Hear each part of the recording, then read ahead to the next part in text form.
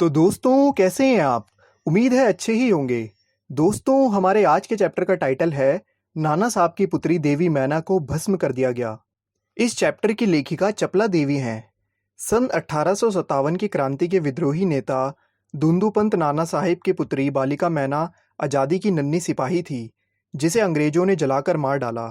बालिका मैना के बलिदान की कहानी को चपला देवी ने इस गद्य रचना में प्रस्तुत किया है। इस पाठ के माध्यम से चपला देवी ने युवाओं को वीर और वीरांगनाओं के बलिदान से अवगत कराया है। तो आइए दोस्तों बढ़ते हैं इसके एक्सप्लेनेशन की ओर। दोस्तों ये कहानी शुरू होती है सन 1857 की क्रांति से। सन 1857 के विद्रोही नेता दुंदुपंत नाना साहेब जब क्रांति में असफल होकर भागने लगे तो वह अपनी बेटी मैना को साथ न ले जा सके और उनकी बेटी मैना कानपुर के पास बिठूर में ही पिता के महल में रहती थी। इसके बाद अंग्रेजों ने तोप के गोलों से नाना साहब का महल भस्म कर देने का निश्चय किया। सैनिक दल ने जब वहां तोपें लगाई उसी समय महल के बरामदे में एक अत्यंत सुंदर बालिका आकर खड़ी हो गई। उसे देखकर अंग्रेजी सेनापति को बड़ा आश्चर्य हुआ क्योंकि महल लूटने के समय वह बालिका वहां कहीं दिखाई नहीं दी थी। उस बालिका ने बरामदे में खड़े होकर अंग्रेज सेनापति को गोले बरसाने से मना किया। उस छोटी उम्र की लड़की के दुखी चेहरे को देखकर सेनापति को उस पर दया आ गई। उसने बालिका से पूछा कि वह महल को क्यों बचाना चाहती है। तो बालिका ने सेनापति से प्रति प्रश्न किया कि वह उस महल को क्यों तोड़ना चाहते हैं। सेनापति ने उत्तर दिया कि ये महल विद्रोहियों के नेता नाना साहेब का है, इसीलिए इसे नष्ट करने का आदेश मिला है। बालिका ने कहा कि दोषी तो शस्त्र उठाने वाला है, मकान तो जड़ पदार्थ है, मकान ने तो कोई अपराध नहीं किया, इसे नष्ट ना करिए, ये स्थान मुझे बहुत प्रिय है, कृपया करके इसकी रक्षा कीजिए। सेनापति ने दुख प्रकट करते हुए कहा कि कर्तव्य के अनुरोध से मुझे ये मकान गिराना ही होगा। इस पर उस बालिका ने अपना परिचय बताते हुए कहा कि मैं जानती हूँ कि आप जनरल हे हैं। आपकी प्यारी कन्या मैरी मेरी बहुत अच्छी दोस्त थी। कई वर्ष पहले मैरी मेरे पास बराबर आती थी और मुझे हृदय से चाहती थी। उस समय आप भी हमारे यहाँ आते थे और मुझे अपनी पुत्री के ही समान प्यार करते थे। मुझे लगता है कि आप वो सब बातें भूल गए हैं। मैरी की मृत्यु से मुझे बहुत दुख हुआ था। उसकी एक चिट्ठी मेरे पास अभी तक है। ये सुनकर सेनापति के होश उड़ गए।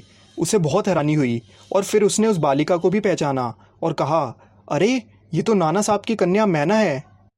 सेनापति हे ने मैना को पहचान लिया और वह बोला, मैं महल बचाने का प्रयत्न करूंगा। उसी समय अंग्रेजों का प्रधान सेनापति आउटरम वहां आ गया और सेनापति हे से बोलने लगा कि नाना का महल अभी तक उड़ाया क्यों नहीं। सेनापति हे ने कहा कि क्या किसी तरह नाना का ये महल बच सकता है।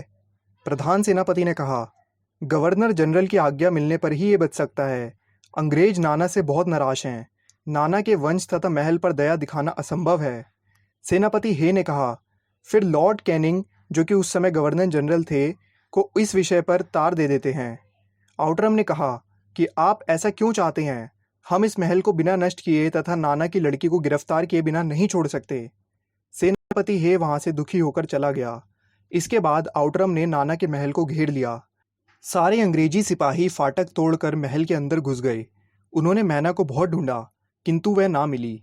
उस दिन लॉर्ड कैनिंग का तार आया जिसका आशय इस प्रकार था, लंदन के मंत्रिमंडल का मत यह है कि नाना के स्मृति चिन्ह को मिटा दिया जाए, इसीलिए वहां की आज्ञा के विरुद्ध कुछ नहीं हो सकता। उसी समय क्रूर जनरल आउटरम की आज्ञा से नाना साहब के सुविशाल राजमहल पर गोलीबारी होने लगी।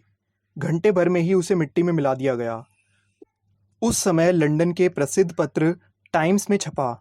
ये बड़े दुख का विषय है कि भारत सरकार आज तक उस नाना साहब को नहीं पकड़ सकी जिस पर समस्त अंग्रेज जाति का भीषण क्रोध है। जब तक हम लोगों के शरीर में खून है तब तक कानपुर में अंग्रेजों के हत्याकांड का बदला लेना हम लोग नहीं भूलेंगे। उस दिन अंग्रेजी पार्लियामेंट की हाउस ऑफ लॉर्ड सभा में सर टाइम्स हे की एक रिपोर्ट पर बहुत बड़ी हंसी हुई जिसमें सर हे ने नाना की कन्या पर दया दिखाने की बात लिखी थी। हे के लिए निश्चय ही एक कलंक की बात है। जिस नाना ने अंग्रेज नर नारियों का संहार किया उसकी कन्या के लिए क्षमा। अपना सारा जीवन युद्ध में बिताकर अंत में बुढ़ापे में सर टाइम्स हे एक मामूली बालिका के सौंदर्य पर मोहित होकर अपना कर्तव्य ही भूल गए। हमारे मत से नाना के पुत्र कन्या तथा अन्य कोई भी संबंधी जहां कहीं भी मिले मार डाला जाए। ये भी बोला गया कि नाना की जिस कन्या से हे का प्रेम मिलाप हुआ है उसको उन्हीं के सामने फांसी पर लटका देना चाहिए। उसी वर्ष सितंबर की आधी रात के समय मैना महल के खंडरों में बैठी रो रही थी। पास में ठहरी आउटरम की सेना ने उसे पकड़कर गिरफ्तार कर लिया। मैना ने आउटरम से जी भरकर रोने की अनुमति मांगी, किंतु क्रूर आउटरम को उस पर दया न आई। उसने मैना को गिरफ्तार कर लिया और कानपुर के किले में बंद कर दिया। फिर उसे धधकती आंख में फेंक दिया गया और मैना जलकर भस्म हो गई। तो दोस्तों, यहाँ पे ये चैप्टर समाप्त होता है। तो दोस्तों, हिंदुस्तान की जिस खुली हवा में आज हम सांस ले रहे हैं और स्वतंत्रता से जी रहे हैं, उसके पीछे हजारों लोगों ने अपना बलिदान दिया है। बस दोस्तों, मैं इतना ही कहना चाहूँगा कि जब भी आपको मौका मिले अपने देश के प्रति सम्मान दिखाने का, तो उसमें पीछे मत हटिए। उम्मीद है दोस्तों आपको ये एक्सप्लेनेशन समझ में आ गया होगा। आपसे मिलेंगे अगली वीडियो में, तब तक के लिए देखते रहिए खेल खेल में ज्ञान। Okay, thank you.